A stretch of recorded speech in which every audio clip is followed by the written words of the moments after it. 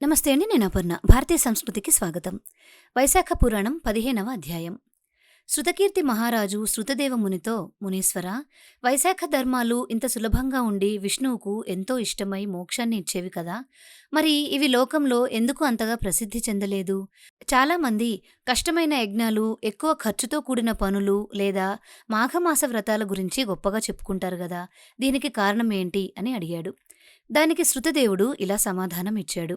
రాజా, లోకంలో జనం ఎక్కువగా తమ సుఖం కోసం, పిల్లల కోసం, సంపదల కోసం ఆశపడతారు. అందుకే వారు ఆర్భాటంగా ఉండే కష్టమైన పనుల వైపు మొగ్గు చూపుతారు. మోక్షం కోసం ప్రయత్నించేవారు చాలా తక్కువ. వైశాఖ ధర్మాలు సాత్వికమైనవి, అంటే నిగూఢంగా ఉండి భగవంతుడికి దగ్గర చేస్తాయి. ఈ విషయం తెలియని మూర్ఖులు కేవలం పదవుల కోసం, ఆధిపత్యం కోసం ప్రాకులాడుతూ అసలైన పురుషార్థాన్ని మర్చిపోతున్నారు. వైశాఖ ధర్మాలు లోకంలో ఎలా వ్యాపించాయో చెప్పడానికి ఒక కథ ఉంది. పూర్వం కాశీరాజుగా కీర్తిమంతుడు అనే ధర్మపరుడు జితేంద్రియుడు రాజుగా ఉండేవాడు. ఒకసారి వేటకై అడవికి వెళ్ళినప్పుడు యాదృచ్ఛికంగా వశిష్ఠ మహర్షి ఆశ్రమ పరిసరాలకు చేరుకున్నాడు. అది వైశాఖ మాసం కావడంతో అక్కడి వాతావరణం ఎంతో పవిత్రంగా, సేవాభావంతో నిండి కనిపించింది. ఆశ్రమంలో వశిష్ఠ మహర్షి శిష్యులు ఎంతో భక్తితో, కరుణతో ప్రజలకు సేవ చేస్తూ కనిపించారు. దారిలో ప్రయాణించే బాటసారుల కోసం చలివేంద్రాలు ఏర్పాటు చేసి ఎండలో అలసిపోయిన వారికి చల్లని నీరు అందిస్తూ ఉండేవారు.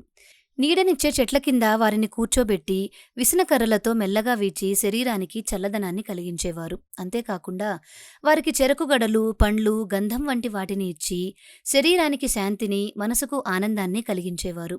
మధ్యాహ్న సమయంలో గొడుగులు దానం చేసి ఎండ నుండి రక్షణ కల్పించగా, సాయంత్రం వేళ పానకం, తాంబూలం ఇచ్చి అతిథి సత్కారం చేసేవారు.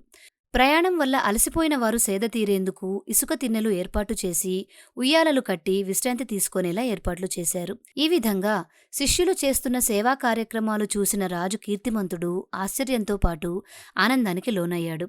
వైశాఖ మాసంలో చేసే ఈ సేవల మహిమను అర్థం చేసుకోవాలి అనే ఆసక్తి అతనిలో మరింతగా పెరిగింది.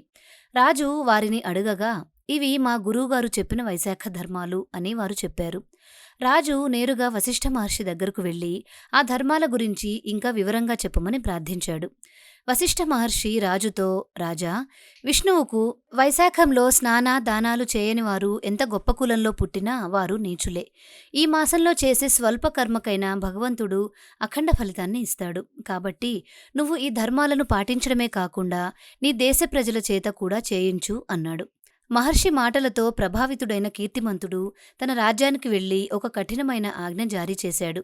గ్రామ గ్రామాన చాటింపు వేయండి. 8 ఏళ్ల పిల్లల నుండి 80 ఏళ్ల ముసలివారి వరకు ప్రతి ఒక్కరూ వైశాఖ మాసంలో సూర్యోదయానికి ముందే స్నానం చేసి వైశాఖ ధర్మాలను పాటించాలి. ఎవరైనా ఈ వ్రతాన్ని చేయకపోతే వారు నా తండ్రి అయినా కొడుకైనా సరే, వారికి ఉరిశిక్ష లేదా దేశ బహిష్కరణ తప్పదు అన్నాడు. రాజు ఆజ్ఞ ప్రకారం ఊరు వాడ అందరూ భక్తితో వైశాఖ వ్రతం చేయడం మొదలుపెట్టారు. దాన ధర్మాలు, చలివేంద్రాలు రాజ్యమంతా వెలిశాయి. కీర్తిమంతుడి పాలనలో ప్రజలందరూ వైశాఖ వ్రతం చేయడం వలన అద్భుతం జరిగింది. ఆ రాజ్యంలో చనిపోయిన ప్రతి ఒక్కరూ నేరుగా విష్ణులోకానికి వెళ్లడం మొదలుపెట్టారు. వారు గతంలో ఎన్ని పాపాలు చేసినా వైశాఖ స్నాన మహిమ వలన ఆ పాపాలు తుడిచిపెట్టుకుపోయాయి. దీనివలన యమలోకంలో నరకాలు ఖాళీ అయిపోయాయి. చిత్రగుప్తుడికి పాపాలు రాసే పనే లేకుండా పోయింది.